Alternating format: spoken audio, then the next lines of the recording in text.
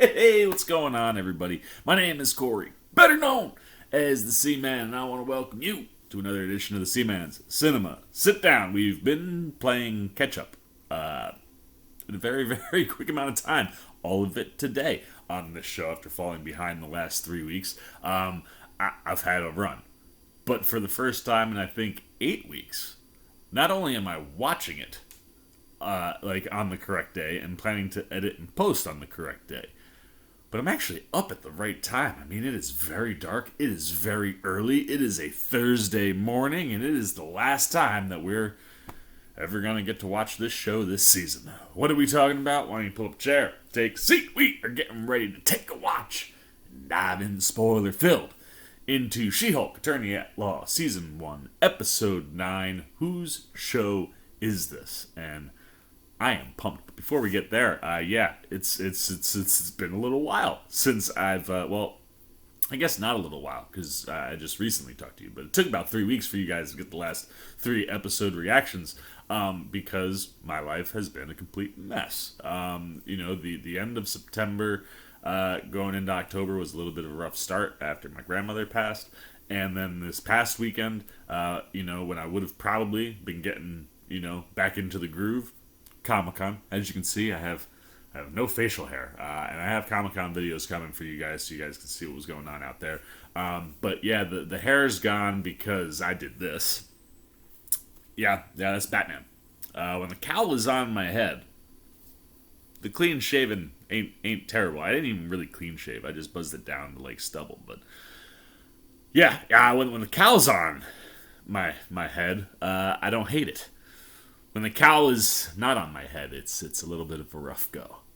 Nevertheless, we're gonna. I mean, it's coming back. It's a slow process to get the beard back. And considering it's been like 3 or 4 years since I've had like it shaved almost completely off like that, it's weird for me. But we're gonna shake it off because we've got a season finale to watch on a show that I've thoroughly enjoyed. She-Hulk. Attorney at Law, I have found extremely enjoyable from start to finish this season. Look, I've had issues with the fact that we had almost a 4-episode lull.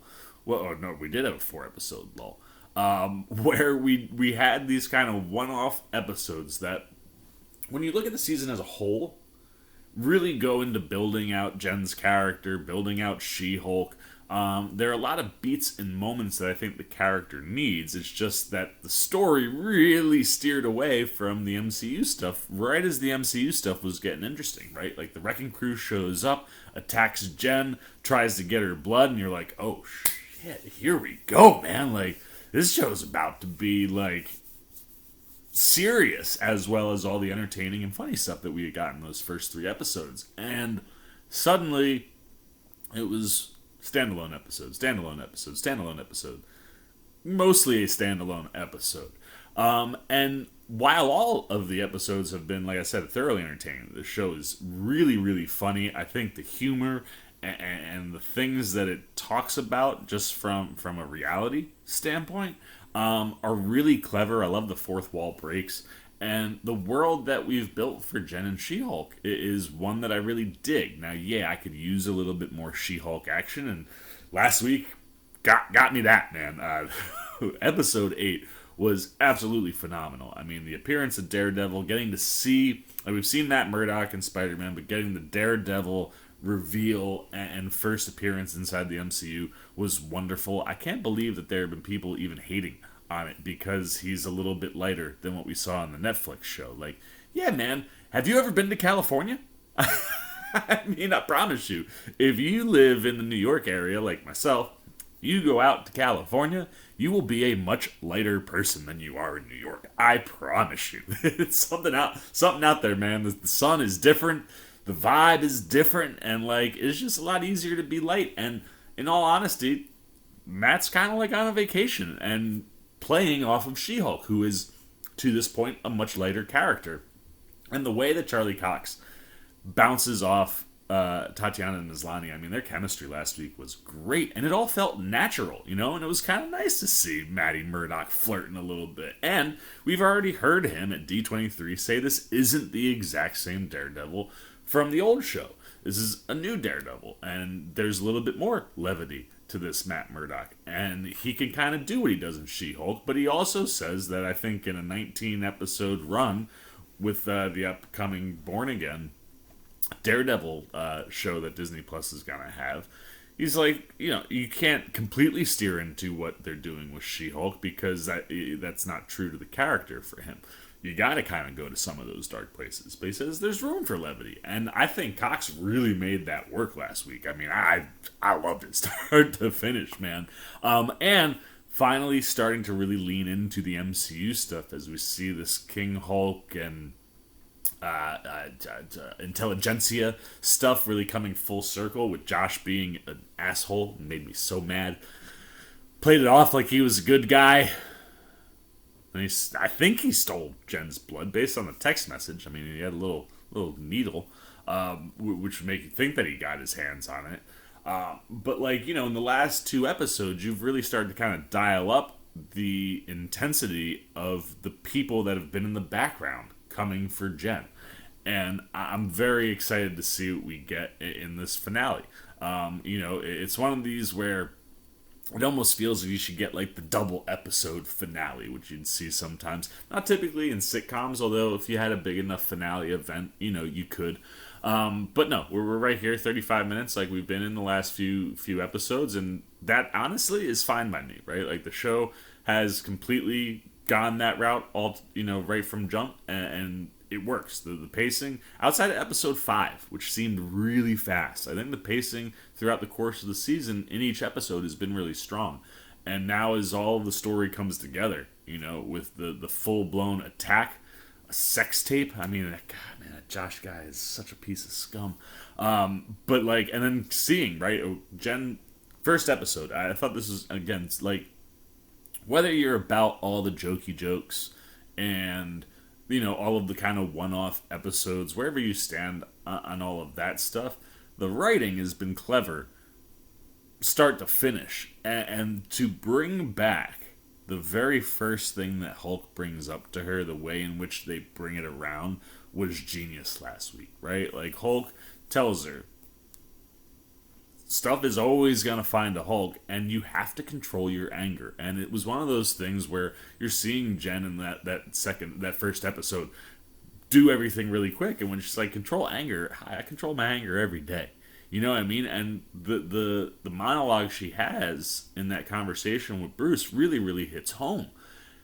But everybody has a breaking point, and when you're a Hulk, you're presented with things in an even different manner than what you're used to. And last week was Jen's breaking point, having her entire life revealed, not just in public, but to her peers, her family.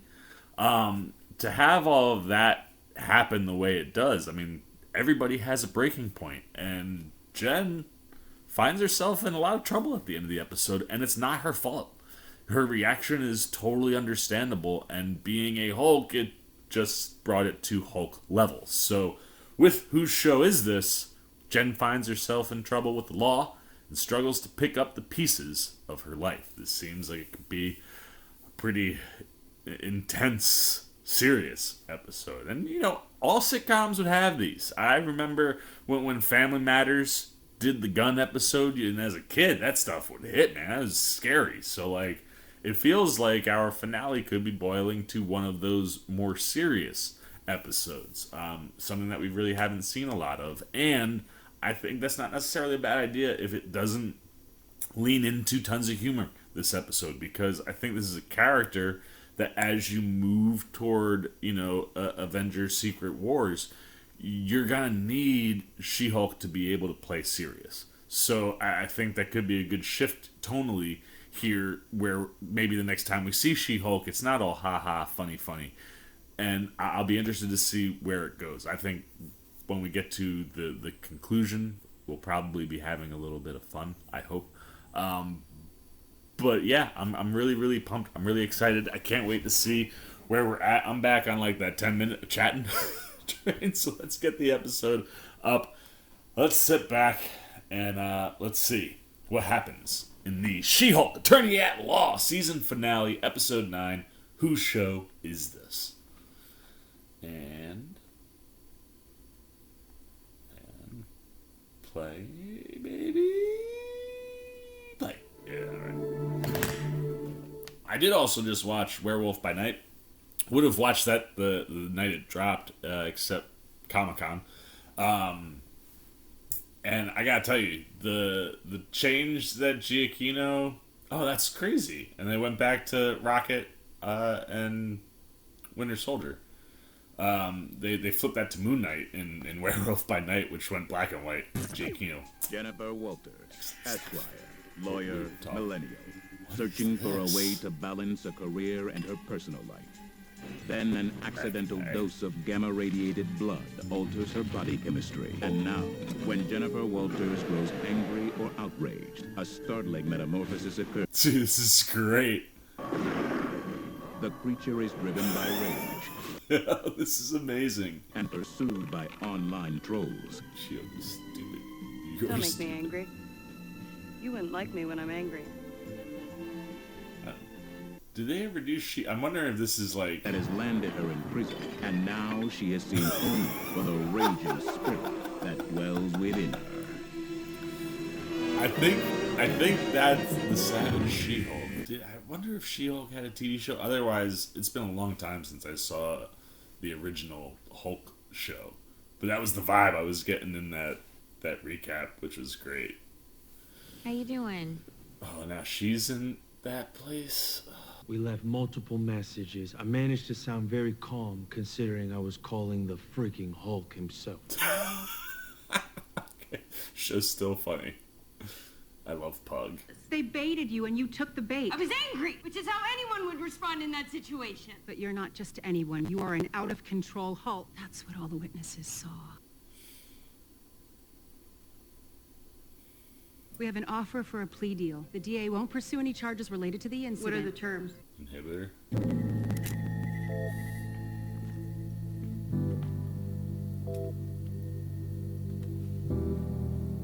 No She-Hulk.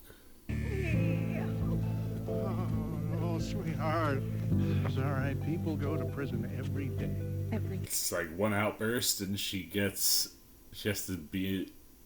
to rock an inhibitor. The food and drinks in the kitchen, and they put them in your car. Cause screw this place. This is her job again.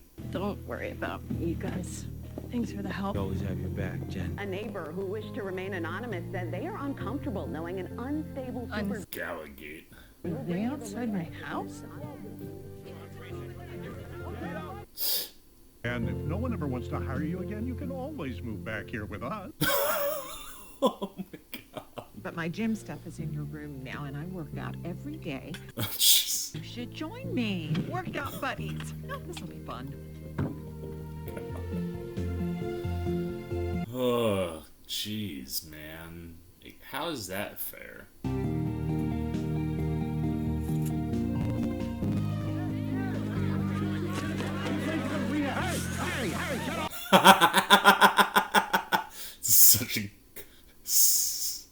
Such a great dad move.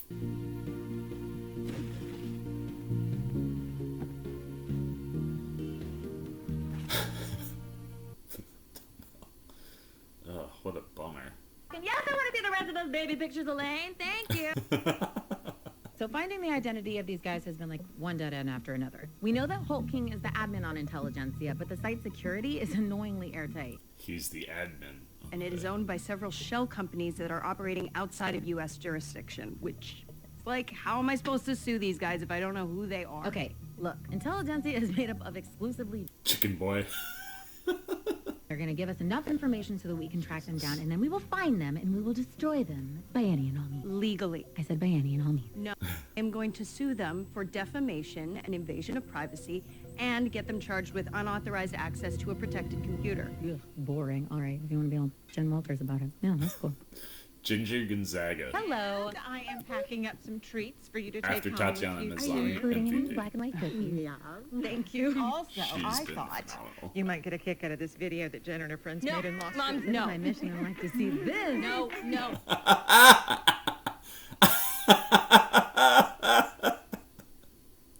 Sometimes wonder when you have like historical things like that.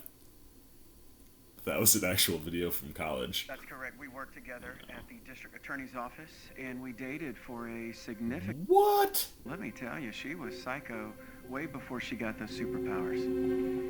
I blame her grandmother. What? That freaking asshole too, man. Big bookcase for me. I think I want it closer to the window. No! Oh, that's right. You can't be Girl Hulk anymore. Girl Hulk. This isn't even a reluctant superhero story. I'm just getting screwed over. Yeah. Is this what you guys want? No. This is a woman at a new low. She has no more No, fight. we're not doing a narrator. We're not that off the rails. Hey, what you up to? Smug Hulk. He's able. Not delivered. Emil would understand. Not delivered. Oh, because he's in a... No. All the Hulks impossible to get a hold of. It's a mental health break. I do love the retreat. And I've had fun with Blonsky. I guess... Found this vid of She-Hulk in college. Oh, baiting. Forgive me, Jen, for this transgression.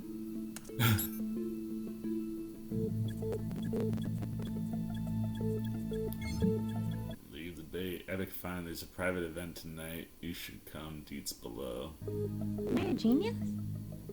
Hell yeah, I'll be there. Nice. Hope to see you at the event, bro. Pug. Good. Good. I need Pug in this episode. I have not gotten nearly enough of him. Oh, what a pleasant surprise. Yeah, I hope this is okay. I just need a place to stay for a couple of days. Of course, of course. I'll set you up with a guest room. Our hearts beat the same. Deep haikus. It's a terrible Photoshop job, too. All these. Wait, is the private event here? You knew this was gonna come back around to Blonsky. I've been saying he's suspect. Wouldn't it look suspicious that I'm walking around with an earbud in? No, trust me, you're not going to Or be the is only this a one. different? Please don't make me do this. You have to, all right? I need you to blend in with these trolls. He's got an ear. Remember to always refer to women as females. Jen's life is on the line, okay? So I need you to get your head in the game, buddy. Yeah, this is at the retreat. You're coming in real choppy. Don't pretend like you can't hear me. I guess that would have been the natural Hulk King being Abomination. There even needed to be a She-Hulk. It's not like there's a He-Hulk. And Lady Thor? Guys, she just sucks, okay? And I'm not just saying that because she's a female. I would have the exact same criticisms if she was a man. Oh man, these are I've interacted with people like this online. They are the worst. Okay, come on, Pug. Be Such toxic. Females, am I right? Yeah. This guy. Todd Phelps? Todd? Oh, wait, that tracks. Come here, man. Huh? Yeah? Welcome, bro. So happy that you're here. Yeah, me too. Here's where I'm at. Superpower should go to the best person suited for the job, right? See, she got everything through nepotism. She got everything through nepotism. Exactly. That's what I'm saying. Hug. We are vibing, my man. Gross. Hey, how did you get involved with this group here? Dude, I created Intelligentsia. Oh, so he's Hulk King. I guess that would have been the most obvious play. So maybe they're not. Maybe they're not at the retreat. We're real action, and we're just getting started. Jeez.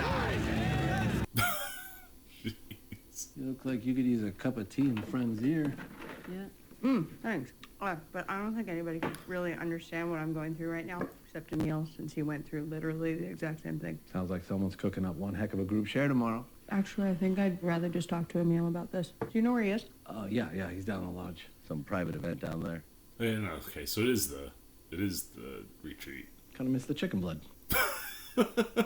Give it up for the Abomination!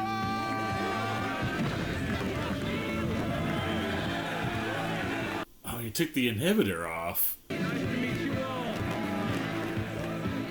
Welcome to Alright, the Summer Twilight. this isn't totally shocking. I'm glad. I'm like glad, but I'm also hurt. I've been kind of liking Funamil. Todd here has told me that you were all unsatisfied with your place in the world. Don't ask permission. Maybe he doesn't know that this is about She-Hulk. Emil? I do speaking engagements. Nothing bad, strictly for profit. I vouched for you. We need to get out of here. These guys are intelligentsia. Todd created the site. He's Hulk King. You're Hulk King? No, doy. Remember your attractive date, Josh? Well, I hired him to seduce you and steal your blood. He's gonna turn himself into a Hulk. Oh, jeez. Oh no. We're not actually doing this. Why is it? Oh god. This can't possibly be where this season was going. Right? What is happening? Oh. Yeah, come at me, bro! Surprise, losers. Titania? What? What is happening? Jet, watch out!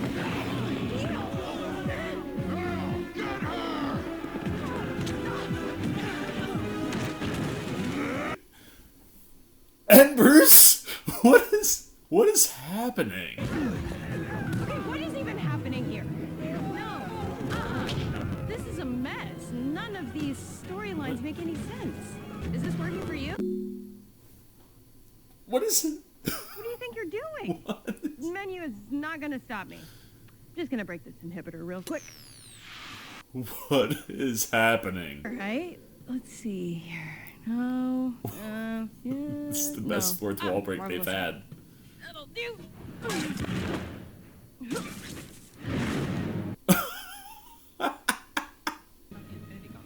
This is unbelievable. Back when we were working on the first Thor movie, they had come to me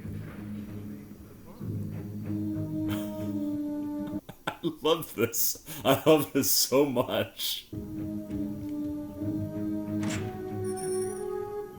She-Hulk production. This is great. Guys, what do we get if the entirety of the second season is one extended dream sequence? I love it. Whole second season is a dream sequence. Oh my god. Hey, is everything okay? What the hell, you guys? What kind of stupid finale is this? Okay, there are certain things that are supposed to happen in a superhero story. Why don't we just do things our own way? This is the story that Kevin wants. Okay, then I want to talk to Kevin. Oh my. Is Kevin Feige about to be...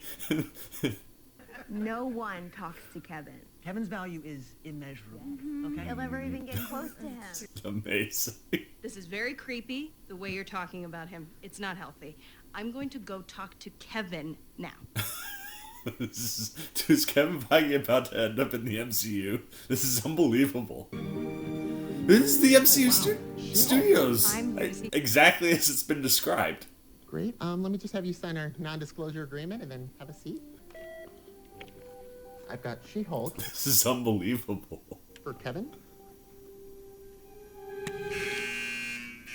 Why'd you make me sign if you were just going to do that? Everyone has to sign the NDA. This is amazing. I mean, I can see this not work for a lot of people. I'm here for this.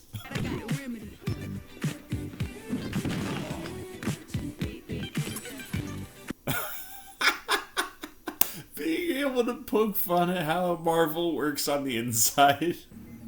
Like, they would have crazy security. This is amazing. Oh, it's like Kevin Feige's secret lair. What is this? What? Hello, Jennifer. Kevin? It stands for Knowledge Enhanced Visual Interconnectivity Nexus. Were you expecting a man? Yeah, Why would I expect a giant AI brain and not a man? Oh my god. I will answer wow. your questions, but you must first transform back to Jennifer. Why? You are very expensive. Oh. The visual effects team has moved on to another project. There, do it now. Better? It's the most genius thing they've ever done. I possess the most advanced entertainment algorithm in the world, and it produces near-perfect products. Some are better than others, but I leave that debate up to the internet.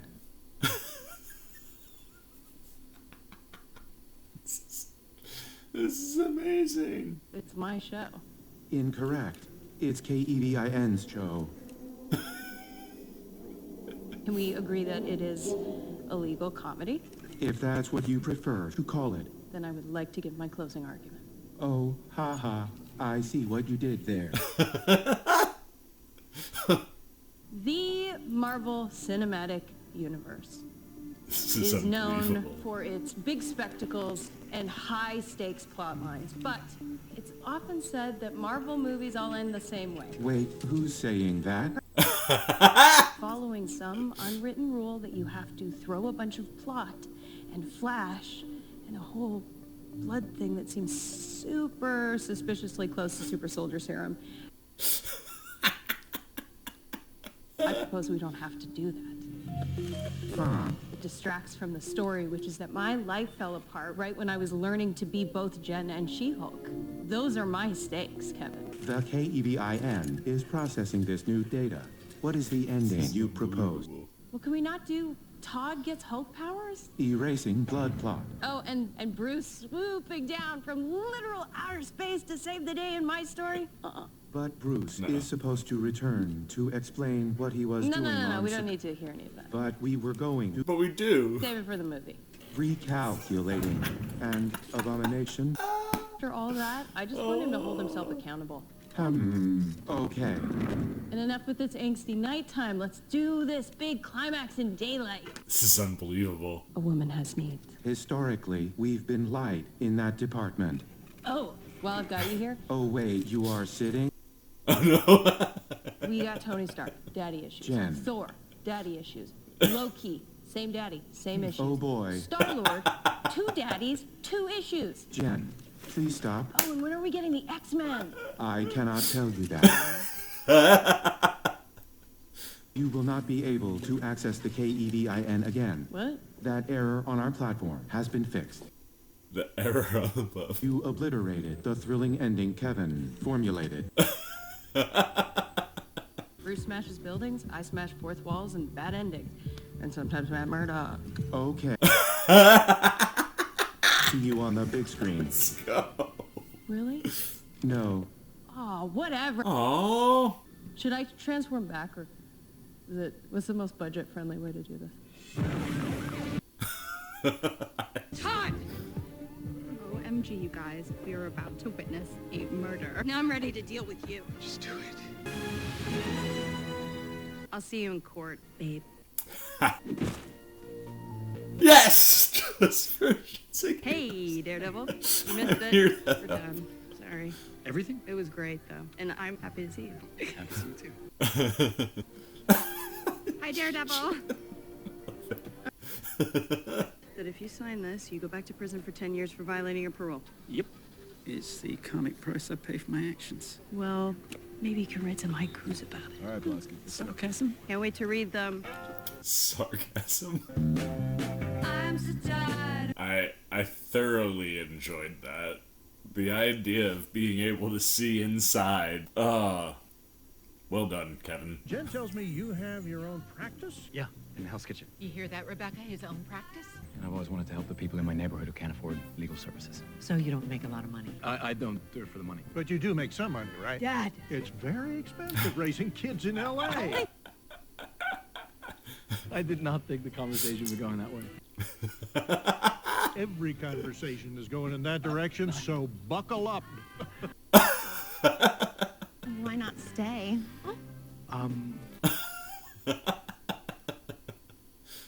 Oh, God. Jen, I could use a full counsel here. Welcome to my life. Hey, everyone. Oh, it's so fun. Hey, Bruce, he's back.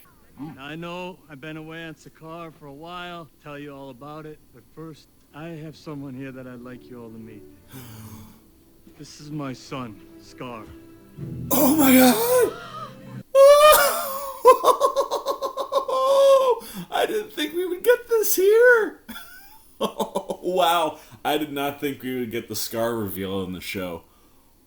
Wow. People like Todd Phelps have to be held responsible for their actions. The message we're sending is that if you attack, harm, or harass innocent people, I'm coming for you. Do you mean in a courtroom or as a superhero?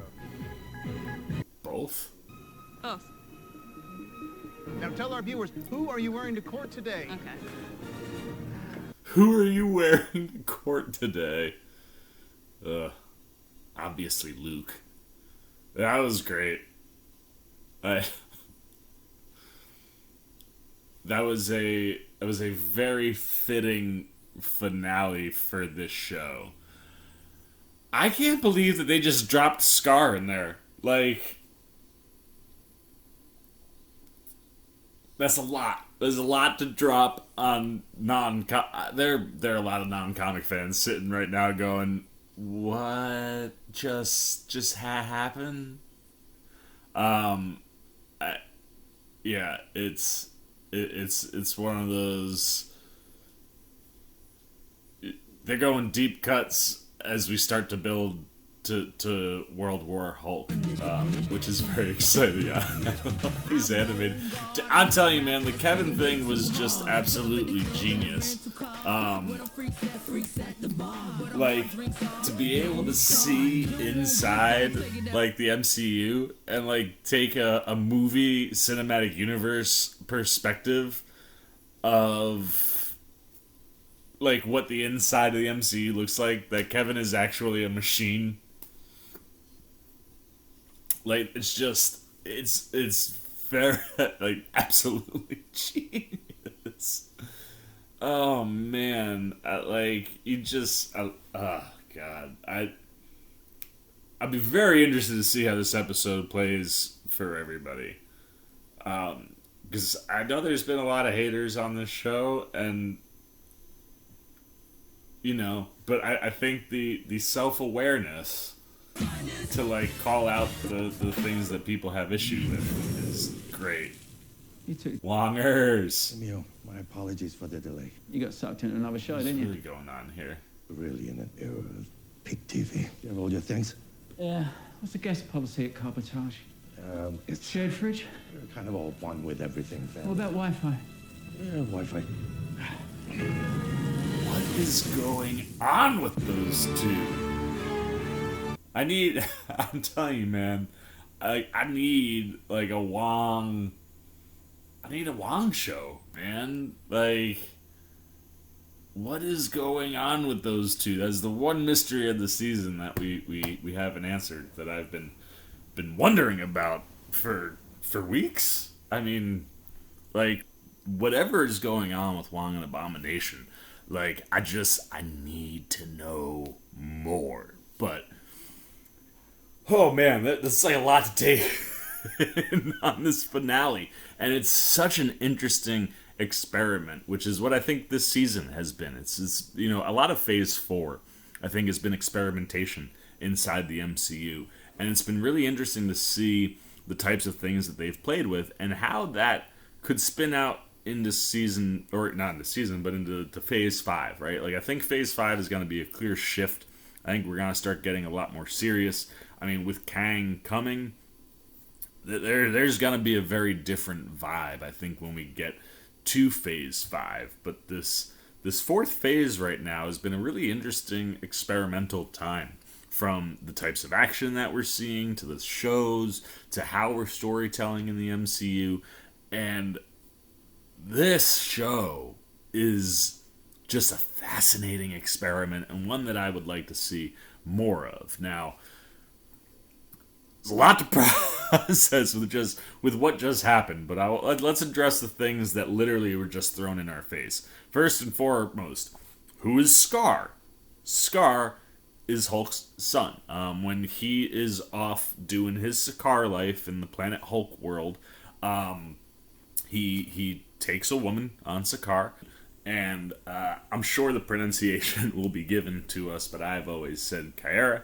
And you know, they rule Sakaar for a while together, and they conceive a child, and then during an explosion, Hulk is left assuming that both Scar and Kyra are dead, and he flees to go mess with Earth because he thinks that's where it's tied, and then Scar kind of grows up on his own, and then, you know, the rest will take us down the pathway to what I believe will be a World War Hulk movie, which would be a lot of fun. But as far as this show goes, like, as soon as that Sakaar ship showed up, you know, Hulk fans were like, oh shit.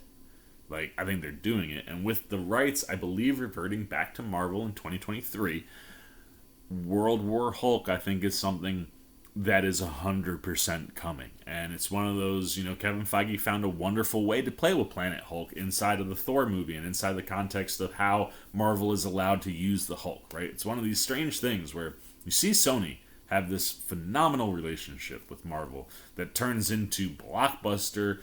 I mean, you might say right now the biggest MCU movie in Phase 4 to date is No Way Home. And that is a Sony movie. And you see that success and that money and everything that's working there. It's always been odd to me that Universal doesn't want to play ball with Marvel. I get, you know, kind of want to sticking it to the mouse. That's a real big direct rival for Universal, right? And two theme park type businesses that also have movies. But the one thing that Universal doesn't have until maybe 2024, if you believe rumors, is superheroes. And the one superhero you have is Hulk. And you kind of just held out. And like I said, the reason that you got reboots and Spider-Man and stuff is because you have to use the character to not lose the rights. And Universal's made no Hulk content. And the Hulk that has existed has been inside of the rules that the MCU can play with. But, like, you know, you're going to lose the character altogether. It's going to be a huge benefit for us because we're going to see, I mean, we're seeing the building to World War Hulk, and it's very, very exciting. There's some fun stuff there, but I still can't believe that they just dropped Scar in. Like, no big deal. And I don't know, I'll look into who is playing him. Because looking at the image, like, I mean, again, it's one of those, like, people will be like, oh, man, look, Scar's animation looks better than She-Hulk's. Like, what's the deal? And again, I go back to Tatiana Maslany just enhancing her features. No major changes to, you know, what she looks like. You're just embellishing what she looks like is a much harder thing to pull off in the world of visual effects than creating a completely CGI character. Now, yes, look at that face. There's obviously human elements in there, you know, similarly to what you got going on with Hulk. And he's a little bit more shadowed there, but, like, even next to him, like, Bruce still looks better because that build has been around for so long. But even with the human elements in there, it doesn't look like you're just, you know, slightly enhancing or enlarging a face. Like, it looks like the structure of, I'm sure, whoever's face it is in there has changed. Now, the question is who's in there? Let's see. Here we go. We got... Show me some credits. Gonna get the credits. Let's see. We got Scar. Will Dusner? I am not familiar with Will Dusner, but that is who's credited there. Here he is. All right, looking at his face, like, yeah. See, I feel like with what they're doing with Scar is more like what they're doing with Hulk, where it's like you have, you know, this character that has elements, features of Dusner, but it is more of like a different structure, and like the whole look to him is completely different. But he is from Stargirl, which I've heard good things about. I haven't had a chance to dive into, but hasn't done too much. He's only been acting since 2013, so a bit of a newcomer. What I can say is that he has 4 movies in post-production, so mostly television is what I'm seeing. I see one movie Son of the South, where he played Skeeter. Outside of that, it's all TV credits, but he's got 4 movies in post-production right now. Before the end of the year, 1 listed for next year, and 2 with no date listed. So interesting, it's one of these things where, especially when you're casting younger talent, sometimes you got to find them. They aren't all right there out for you to grab. So I'll be interested. Maybe I'll have to take a look at Stargirl to get an idea about what Will Dusner might be able to do for us. But Scar is, for Hulk fans, a character that I think a lot of people are about to be very excited about. While a lot of people at home right now are going, what just happened? And like I said, there is this element of, like, that's why he went back to Sakaar, because Scar was looking for him. I'll be interested to see, like Jen said, we can save when KEVIN is like, hey, we've got to drop Hulk in so he can tell everybody where he's been. You can do that in the movies.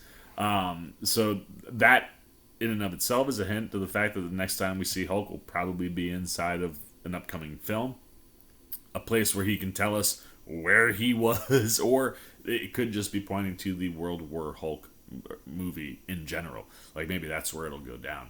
But the fact that She-Hulk won't be back next in a movie, if we go off of what KEVIN says, makes you think that season 2 would come first, which you would have to assume would have to address that. So I don't know. It'll be interesting to see where Hulk and Scar pop up and where we get to find out the MCU's version of that story. But that's Hulk's son, and I'm excited for Hulk things coming. Now, transition off that, like I said, we've got Wong and Abomination. I've said something fishy was going on there since the beginning of the season, when all of a sudden Wong's out there talking about, like, nah, man, like, I had to battle him to become Sorcerer Supreme. Like, you knew that was a lie. And to see him steal him out again to bring him to Comertage, like, is Abomination working on becoming a sorcerer? And how is that allowed to just, this guy's never getting out of prison, man. He's got to get more time added on for breaking out again. So I'm fascinated, right? And it's one of those things where, like, I love what they did with Tim Roth inside of the season, seeing him kind of be like a spiritual guru after being in prison for however long he's been in there. Like, it makes a lot of sense. Roth has a lot of fun with that. But it's one of these things where it's like Abomination's a bad guy, and now I kind of feel conflicted. Like, you saw it, like in the moment, I was like, oh, it's so obvious that, like, yeah, Abomination would be tied into whatever's going on with the villains here. But also, I was kind of like, damn, dude, like, that's gonna kill Jen, like, to see that backstab. And it's one of the, like, I have slight issues, I think, with this episode as I'm processing everything that was thrown at us, because from a storytelling perspective, the landing becomes very rocky, right? Like, it felt like when Abomination came in there, he didn't know who he was talking to. And when Jen showed up, he immediately went to protect mode. So it makes me feel like the relationship that him and Jen have, and then seeing him sign the court docs at the end there, like, that their relationship is still a good one. And it was more like, oh, I had the ability to hold a thing where I could speak, and, I don't leave this compound. I just got to turn into an Abomination a little bit. But that storytelling piece is a little clunky. It's not so smooth. But it does feel like he wasn't involved with Intelligentsia, which means the guy from the Wrecking Crew also not involved. And, like, because when it all started to point that way, my, what do you want to call it? My conspiracy theories, right? Like, the guy from the Wrecking Crew showing up there after trying to get Jen's blood, like, maybe that was a ploy to lure her there. Like, then seeing Intelligentsia show up there, like, it all felt like maybe that's what was going on. But I think, based on what we see, I think everything that we got at that compound that was not Intelligentsia is true to form. But I will be very interested to see where Roth ends up and who takes over that retreat, right? Like, he's back in prison. Who's going to run the retreat? Will it be the guy from the Wrecking Crew? Is that a place where we see them maybe pop up again, or something that pops up in a season 2? I'd be very interested to see where we go with all of that stuff. But now that we've kind of digested what happened at the end there, let's talk about this episode, because this is a fascinating experiment when it comes to fourth wall breaking. And it's one of these things where, you know, I think people have hinted for a while, like Deadpool is your key to, you know, doing lots of things in the multiverse because he can break the fourth wall, right? Like, you could literally show Deadpool dragging Deadpool out of the Fox folder and into the Disney folder. So I kind of appreciate and I can understand why Kevin Feige would do something like that before you get to Deadpool, because Kevin Feige likes control on the MCU. I think it's something that he's very proud, and he's built a machine that produces near perfect content all the time. And it's something that's very difficult. No studio in Hollywood is as successful as what Marvel cranks out, from a box office standpoint to, you know, audience and critic reviews and scores in places. Like, it's kind of nuts what they're able to pull off. And having a character like Deadpool where you could do something like you do here, it's not shocking that Kevin Feige said, before we utilize Deadpool, because we've had Fox for a while, and there's nothing slowing or stopping Feige from having brought Deadpool in quicker than they have, outside of getting to She-Hulk and doing the MCU fourth wall breaking before Deadpool can. Because while Deadpool, you know, is now part of the MCU and Kevin Feige will be a producer on there, that's Ryan Reynolds' thing. And I'm sure Reynolds has phenomenal ideas and things that they can do with fourth wall breaking, just that Feige will love. But I think there's a bit of ownership, and like, I like to get to the things first, right? Like, not getting Atlantis, now we've got Talokan, which I think will play much better in the MCU, and we're able to do some really cool things in that perspective. But it is one of these, like, I'm not shocked that we got what we got. I mean, I'm shocked in the sense that, like, I can't believe it happened. I didn't see it coming. But I'm not shocked that Feige did that before Ryan Reynolds could. You know what I mean? But it produces something very interesting, because when you look at this episode, I really like the beginning. The show shows right out that it's never losing its form, right? We talked about how sitcoms can kind of do some of the serious conversations and serious episodes. But even inside of those, you still have those bits where you gotta hit your sitcom beats and your laughs, because that's what you're there for. And the first 10 minutes was a really good blend of the seriousness of Jen's situation with the style of the show. And I thought the humor worked. I loved seeing how she reacted on, like, we're just getting the intelligentsia, like, me being in here is just, you know, part of the rigmarole, because I got mad one time, like, that's really where I'm going to end up. And, like, Mallory's like, you are an out-of-control Hulk, and that's what people are saying. And this is what it is, and she's got to put this inhibitor on. And you're literally just sitting there going, here's this character. And like Jen says in the show, right? Like, right when she is finding her stride, her whole world comes apart. And you figure that's what the episode is going to deal with, and then find that resolution somewhere. And you start seeing her and Nikki working on things once she gets out, and she's kind of got nothing else to do but figure out who these, you know, jackweeds are. And I love that whole bit with Nikki, and then all of a sudden it's like, okay, you know what? I need a break.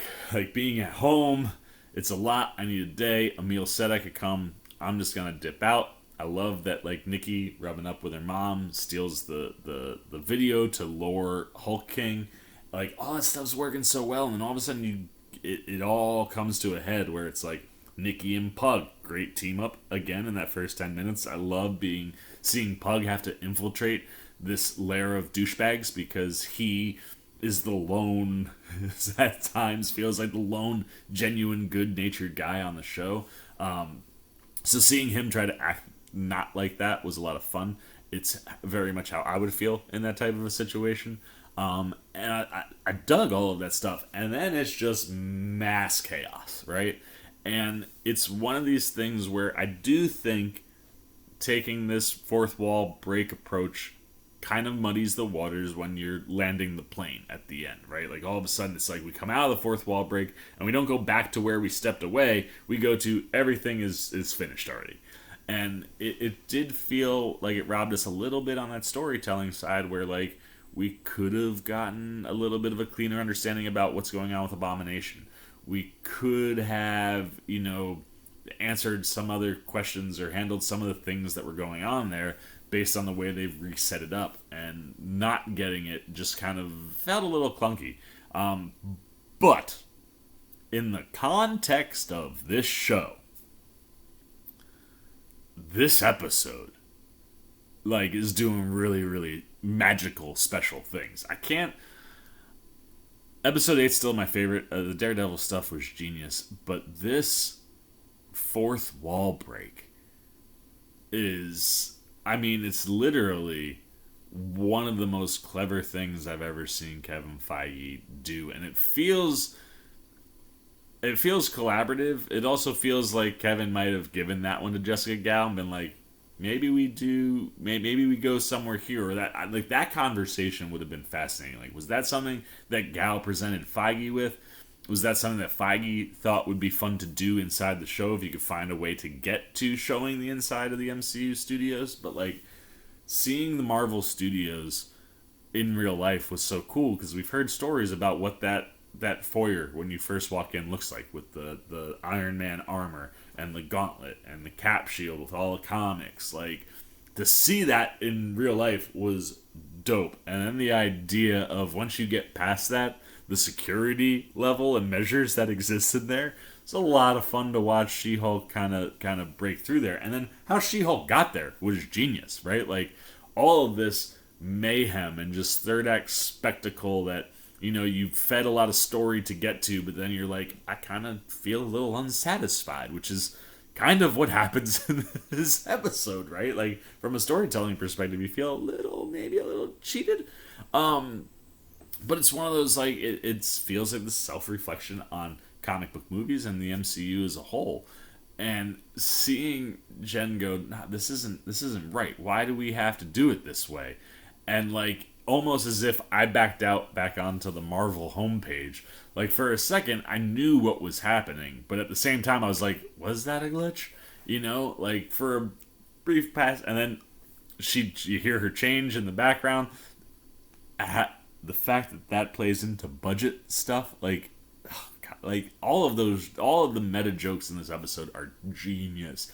But I loved watching her literally break down the wall between the show and, like, the real world, and then go to the Avengers Assembled page. We can jump in there to get into the studio, and then to work your way all the way to Kevin Feige's lair, right?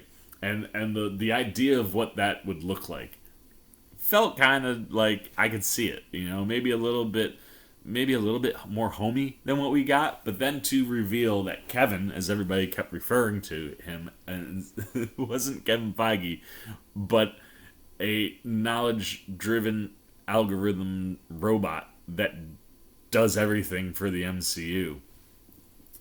Genius, right? Like, the way Feige oversees things and all of the things and how he handles all of that, making it a piece of AI, is so genius, like, on so many levels.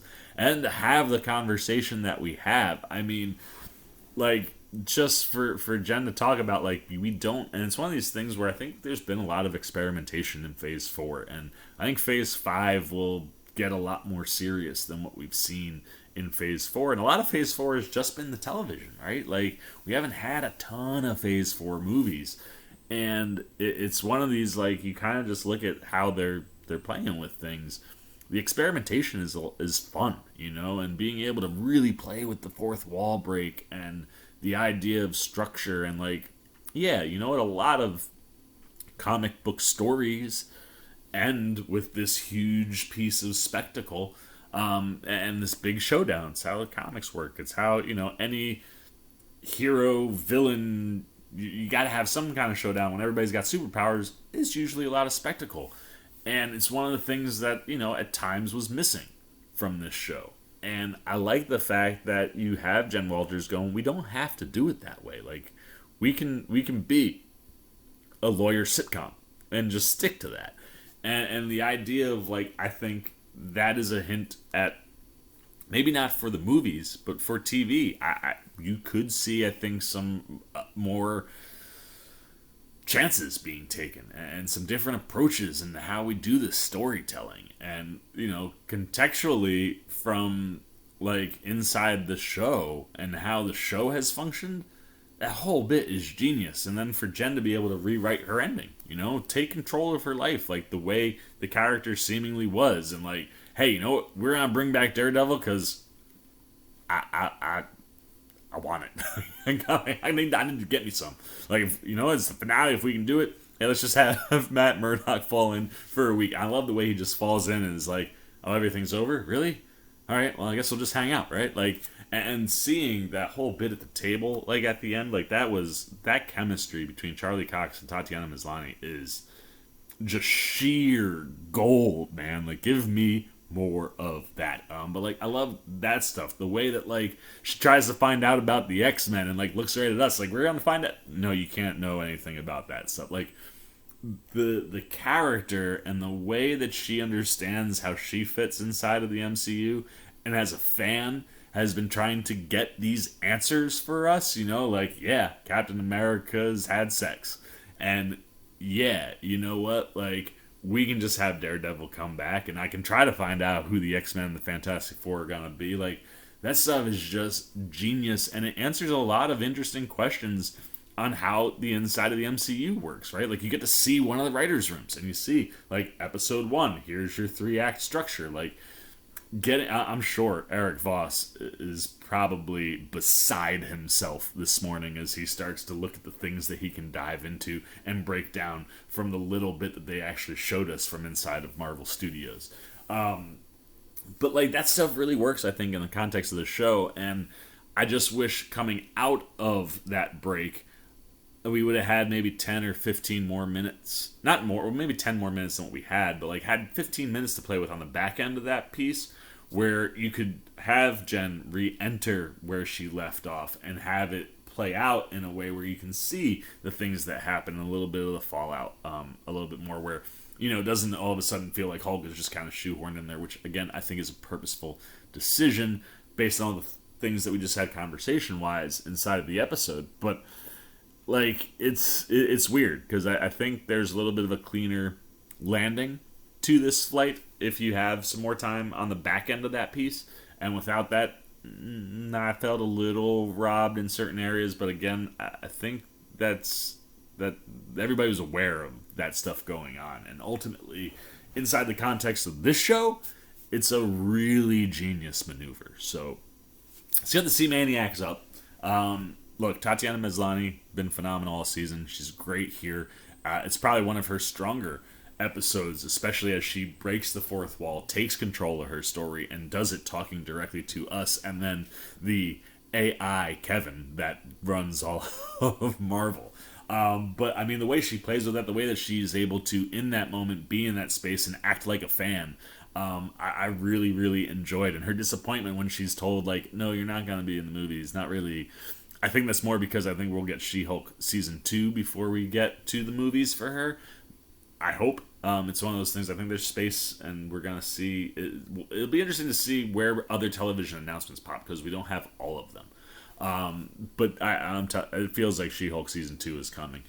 Very much like Loki season 2 is coming, and it's in full swing. So, like, that stuff's really exciting. But again, like, just watching Tatiana Maslany play this character, she plays this character to a T. Ginger Gonzaga, Josh Segarra, I love me some Nikki and Pug. They're great in this episode at the top. Again, having a little bit more time maybe to play with them on the back would have been beneficial. But really good things for them. Jamila Jamil jumps in here. And it was like, for a moment, I was like, oh, maybe we'll get something a little bit more satisfying with Titania. That doesn't happen. And, it's one of those, like, one of the rare pieces of this show where I was like, I wish we would have handled that a little bit differently. But playing into the mayhem of that sequence, I think is fun. It fits the show, and that fourth wall break then becomes the gold of the episode. And while I don't think the storytelling lands perfectly, this fight has a little bit of turbulence as it comes down. Getting to see that fourth wall break, getting to see the interaction with Kevin, as everybody kept saying, getting to see the writer's room and stuff that we see on the behind-the-scenes stuff is a lot of fun. And I think it's the perfect place to do that stuff.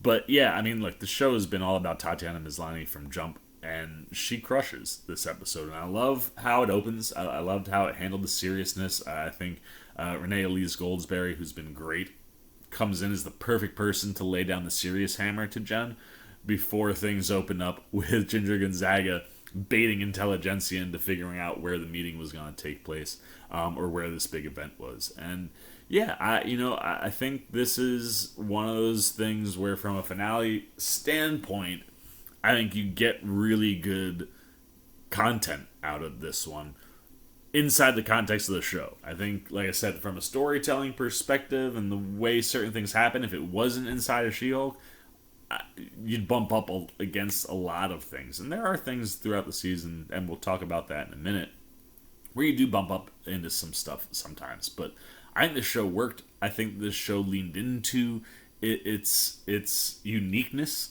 and you get that at top ends here in the finale. So it's not better than 8. 8 is still my favorite episode. Ribbit and Ribbit was just, the Daredevil stuff is just so good, and the chemistry between Cox and Maslany is wonderful. I need more of that, and it was the best balance of humor, action, Marvel stuff, She-Hulk stuff. Like, it really worked.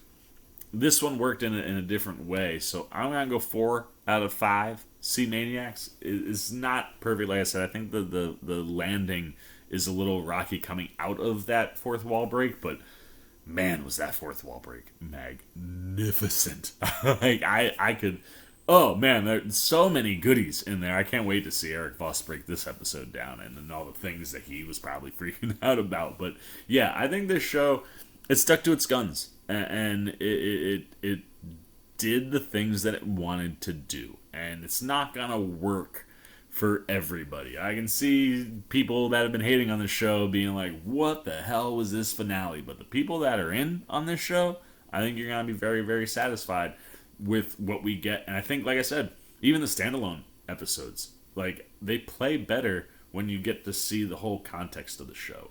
I think as a 9-episode binge, like a 4.5-hour binge, I bet you this thing plays even better than it did on the week-by-week basis, which is what I said a couple weeks ago. Should have gone with the Netflix philosophy maybe with this one. But that being said, when we look at the series as a whole, I love the experimentation in this, playing with the fourth wall, playing with this character, and playing with this character with way more connection than we've ever seen inside the MCU to things that are going on, right? Like, really having its finger on the pulse of what's actually happening in the world. I mean, the idea of cancel culture is terrifying, man. And like, you'd say one thing or rub one group off the wrong way. That came out of my mouth, correct? But like, you just rub a group the wrong way, it can lead to really terrible things. And being inside that, like, little convention, like, meetup thing that we got for that brief moment before everything gets crazy, like, I've interacted with people like that, and there are pages on YouTube and other places of social media in the nerd sphere specifically where you have these people who present themselves as comic fans or nerds for different realms, right? Lord of the Rings, you name it. And they present like, yeah, I've lived with this material and I love this material and now it's being made, and there were no brown or yellow or all of the colors that exist in the world of comics with different characters. Like, God forbid you race bend a character or you gender bend a character, and people freak out, and these people will put it in the guise of, I don't have any issue with female characters, but just, like, utilize a female character. There's no reason to change it over here. The whole concept, like, if She-Hulk was a male character and that was a male character leading the show, I'd still have all these issues that I have. They present it in a way where it's like, oh, even if it was whatever, like, I just don't like this, and they're able to then utilize that as a way to attack, female stories, black stories, Asian stories. Like, there is a very toxic culture out there that will present itself as non-toxic. And then you look at the numbers on some of these pages and you're like, Jesus, they have so much influence. And the hatred that is under the surface of everything that these types of people do, I mean, like, true to form. They captured that so well, and those real world type things I think the season handles pretty well. You know, the idea of cancel culture and something like intelligentsia, and the way women are represented, and the way just different people are represented or have been misrepresented. Like, just the way that the show is able to look at the real world, and because of the fourth wall breaking, bring that inside of the show. It's something that's worked all season and works in the finale. And, you know, I don't think that the show is always perfect. You know, I think there are times where you bump up into things. I do think that, you know, some of that MCU connection is missing in the middle, and if you just shuffle up the episodes a little bit and sprinkle more of the MCU throughout, you know, the course of it, I think you could have had something that felt, like I said, in a 9-episode watch, I bet you this thing plays phenomenally, but going week to week, sometimes you needed a little bit more of that hook that pulls into the bigger story. And some of the one-offs, you know, don't quite hit as strong as they could if there was a little bit more connection. I don't necessarily need what's, you know, being built, like, hey, here's story, boom, spectacle. But I think there is a balance where you can get that MCU and what you're doing with a sitcom lawyer show. I really enjoy the sitcom lawyer show that exists here. Like, the comedy and the sitcom beats are really, really well done. All of those standalone episodes, and every episode, I mean, you look at the season start to finish, it is entertaining. It's just, I think, from a storytelling perspective, some of the cohesiveness that I look for isn't always there. And then, yeah, you do kind of bump up into, like, well, what's going on here with Emil Blonsky? Like, like, it's one of those, like, now I'm conflicted because I kind of like this approach where he's not bad, because I love me some Tim Roth, but, like, I also need bad Abomination. So there are things that don't always jive. But more often than not, because the show is carried by Tatiana Maslany, it's a massive success. She is genius. Everything that anyone has ever said to me about Tatiana Maslany is true. And she is wonderful. And her chemistry with this whole cast, specifically people like Ginger Gonzaga and Charlie Cox, through the roof, man. I mean, Nikki, low-key MVP of the whole season. Charlie Cox, best cameo 2 times. I love the way he drops in the finale and is just like, all right, I guess we'll just hang out in California for a week with, you know, Jen's whole family. Like, it's the way she's able to play off those two in particular was just a lot of fun to watch, and how she plays with everybody, you know. And this supporting cast is really strong. Ginger Gonzaga is phenomenal. Renee Elise Goldsberry, great stuff. And, like, Mallory became a character I liked even more than I thought I would end up liking, and where she plays in Jen's world, like, I can't wait to see more of that stuff. Same with Josh Segarra. That dude, I need more Pug in season 2, man. There's one thing that I need more of. It is Pug. But I mean, he's great. Tim Roth, while it's a little bit of a strange take for Abomination, and I'm intrigued at what's going on with Kamar-Taj, gold for Roth. The idea of him being this kind of, like, spiritual guru life coach makes just so much sense in some ways, and just gives Roth the ability to play with things without always having to be Abomination and be like, you know, the way we saw him in the Incredible Hulk. I love Benedict Wong popping up in here. I'm fascinated to see where he pops up next and where the story beats that we've gotten for that world come into play. And just the different cameos throughout the course of the season. This season, for me, is really entertaining. It was very, very enjoyable. I'm gonna go 3.5 out of 5. And you're gonna be like, you just said all these. Yeah, well, you know, it's not perfect. You know, there were times where the lull was big in the middle. And you could have avoided that by just shifting a couple episodes or merging or twisting just things here or there. And I think that's stuff, hopefully, that the show learns about itself. And look, you go into a season 2, like we said, I don't think you needed to go do this huge spectacle, but I do need a little bit more She-Hulk hulking, type stuff. And the one other thing that we didn't say, shoot, I completely forgot. The ode to the OG, like, Hulk stuff on television was great. I love that whole open and, like, the recap and the narration voice. Like, that was just a wonderful ode to, the things that have come before. And those are the things that I really like about She-Hulk. Being aware of where she is inside the context of the world and inside the context of the Hulk world. Really kind of hit. And, while it's not perfect, I think there are so many good things in this show. And, a character like Titania, again, one of those things I kind of bump up into. Same with, like, the Wrecking Crew, just kind of utilizing those characters in ways that kind of made them feel idiotic and kind of like, very one note. Like, I don't know, I would have liked to have seen, Jamila Jamil have a bigger moment, not have that fight end with her slipping and breaking her veneers. As funny as that is, I don't know, that fight could have been a little bit more intense or a little bit more serious. The same with the Wrecking Crew. And those are the small things I bump up into, but the overall enjoyment of the show and the ideas and the things that it's trying, I think, are to be commended. And yeah, as far as the series goes, I think 3.5 is a very worthy and well-deserved score for this show. Not perfect, but man, did I have a good time all of season 1 of She-Hulk, Attorney at Law. The question is, what about you, man? Where are you falling on She-Hulk? Like we were talking about, there's a very toxic community. The show addresses that head on and dealt with it in the real world. I don't want that nonsense on this page, man. You can take your hate and go find those pages and those people that will want to have that conversation. Now, that doesn't mean that I just want positivity. The show might not work for you. Like I said, there are things I bump up into in the show.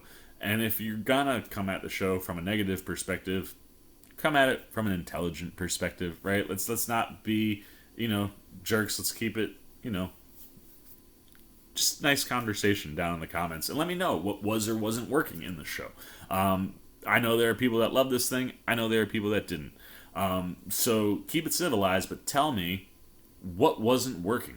Why did the show not work for you? Why did this episode in particular not work for you if it didn't work for you? And if you are the folks on the other end, what was popping, man? Did you love that fourth wall break? Do you love where we end up with Jen's story? Is it satisfying? What things really popped for you throughout the course of the season? What were your favorite moments? Where were your highs? Where were your lows? Anything you guys got, man. Good, bad, indifferent on She-Hulk, Attorney at Law, Season 1, Episode 9. Whose show is this? And the season as a whole. Put it down below in the comments section. Look forward to talking to you down there. As always, if you enjoyed this video, please give me a thumbs up. And if you're new, you want to come hang out with C-Man anytime. We're talking movies, TV, trailer, reactions. I think the next bit of superhero-y stuff, or Werewolf by Night, I got that comment. I watched that. That was dope.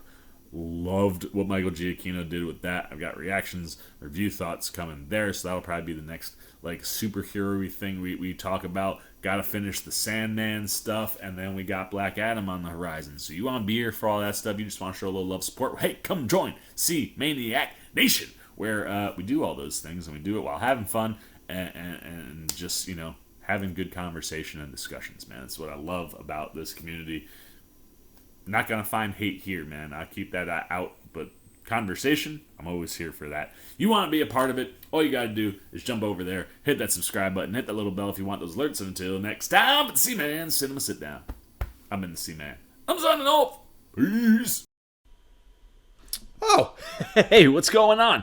You must be sticking around because you're looking for more content featuring this guy. Well, guess what? You're in the right place. You can check out more videos right here and right here. And if you have and you want to come join that C-Maniac Nation, you can hit that subscribe right over there.